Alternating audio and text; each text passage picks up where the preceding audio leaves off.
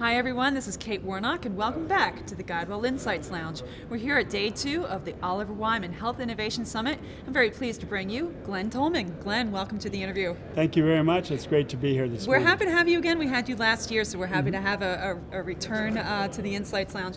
Glen is the chairman and CEO of Livongo Health. Glen, I know that tonight you are going to be keynoting with Dr. Karen DeSalvo, and you're going to be speaking specifically around the public-private collaboration. Do you think that your perspectives are going to align? I really do think our perspectives are going to align. You know, it's very interesting. We're seeing something that we've never seen before, and that is Health and Human Services, CMS, ONC are all for the first time really taking a leadership position in healthcare. And we're seeing this across the board. So I think when we talk about public-private collaboration, working together, we're seeing more of that than we've ever seen before.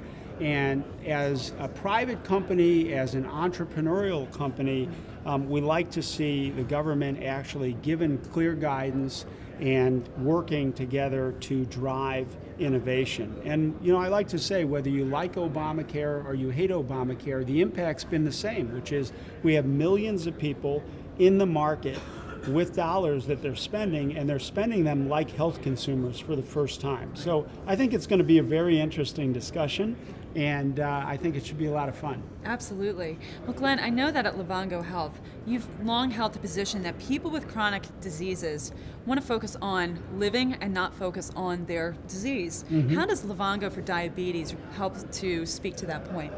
Well, at Livongo, what we're doing is empowering people with chronic diseases to live better. And we're beginning with diabetes. And that idea of empowering people is really important because the industry's been focused a lot on engagement. And we don't think people want to spend more time on their chronic disease. We think they want to be back in control. You know, when you're diagnosed with a chronic disease or a chronic condition, you lose some control of your life. And people want that control back. And we think this interesting combination of technology paired with a human touch and this idea of remote patient monitoring can really give people back the power that they lost and put them more in control. And when they're more in control of their chronic condition or their disease, they're better able to take care of themselves, and that leads to better outcomes, and that leads to lower cost. And that's a big part of the healthcare solution. You do that all in a very non-obtrusive way too, don't you? We do. With your model. Right. You know, this is very much, to use an Oliver Wyman term, we've focused on the hassle map. And we've said, how can we reduce what people have to do? So people who are using Livongo for diabetes would never have to order strips again. We do that for them. They'd never have to record their data again. We do that for them. And we've redesigned the entire experience to make it easier for them to be compliant, for them to take better care of themselves. So they love it, and we're seeing more and more of these individuals, people we call members, having Livongo moments. And those are moments where they really feel connected and really feel in charge and in control again, and that's good for all of us. Well, one thing I think that Livongo also solves for is you make it a little less, you remove the friction perhaps from dealing with the provider, dealing with the payer. What is it from your background perhaps that taught you that to really be successful you had to be a B to B to C company, satisfying not just the consumer but the payer and the provider as well? Well, I think we're seeing a very big change in healthcare. You know, it used to be managed care. We expected that someone else was going to manage our care. And in the new world of healthcare, this idea of the health consumer making the decisions, what we're finding is that people actually, again, if we give them the right information and the right tools, they can make those decisions. But one of the challenges, especially in places like Silicon Valley, which has brought us so much consumer innovation, the question has always been, why hasn't Silicon Valley been able to do that in healthcare? And that is because, as you know, healthcare is unique. There is an enormous amount of infrastructure, there's payers, there's providers, there's systems, there's the government, there's regulation. And so for the first time, we're seeing what I think of as the application of technology. But technology itself won't solve the problem. You have to figure out, how do you use technology, get all of the various stakeholders in the system involved, and turn that to a consumer orientation. And again, and I think that Florida Blue has done that, GuideWell has done that. These are very consumer-focused companies for the first time, and we're seeing that across the space.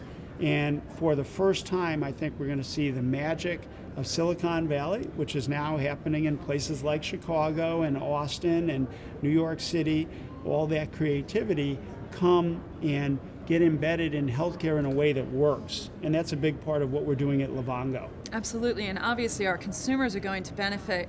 I know, Glenn, that you certainly work with a number of providers in this space. How is it that the traditional provider, who might be used to a more traditional care delivery, is going to be able to manage patients who expect an always-on, always accessible health system? How do you help translate that for them? Well, it's a great question, because this is going to require everyone to adjust just a bit. And it's not unlike any other technologies we use. If they make sense, everybody's happy with them. And if they don't make sense, they seem like more of a burden. And we have to make sure that this makes great sense. So when we talk about being always on, that doesn't mean that the individual physician is always on. In fact, there's less for him or her to do.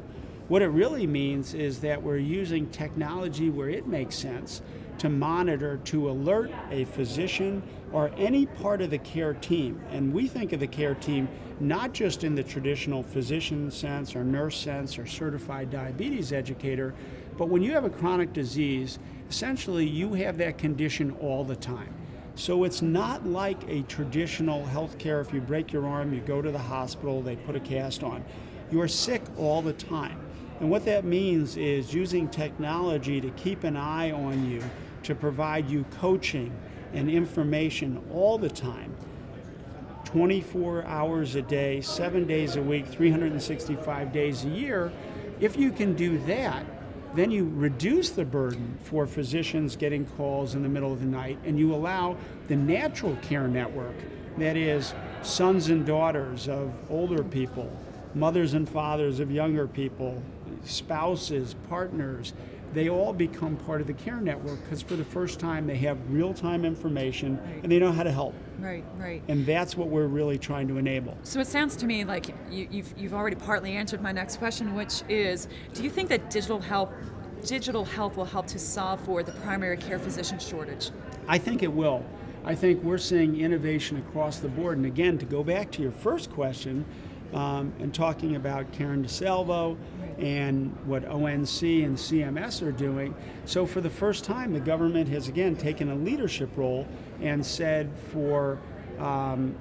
using technology is now going to be reimbursed if you want to visit your physician over the computer, for example, or if you want to use remote patient monitoring. Those are now going to be reimbursed for the government. And I think the government has started to say, these are ways we can leverage our physicians, and we can use technology to reduce all of the shortages. But if you think about just diabetes, we have 30 million people just in the United States with diabetes, type 1 and type 2. And there's no way to manage those people using the traditional physician model. We have to empower them with information tools to allow them to better self-manage. And then, where that's not working, that's when we notify and involve certified diabetes educators, nurses, care coaches and coordinators, and ultimately physicians and endocrinologists where that makes sense.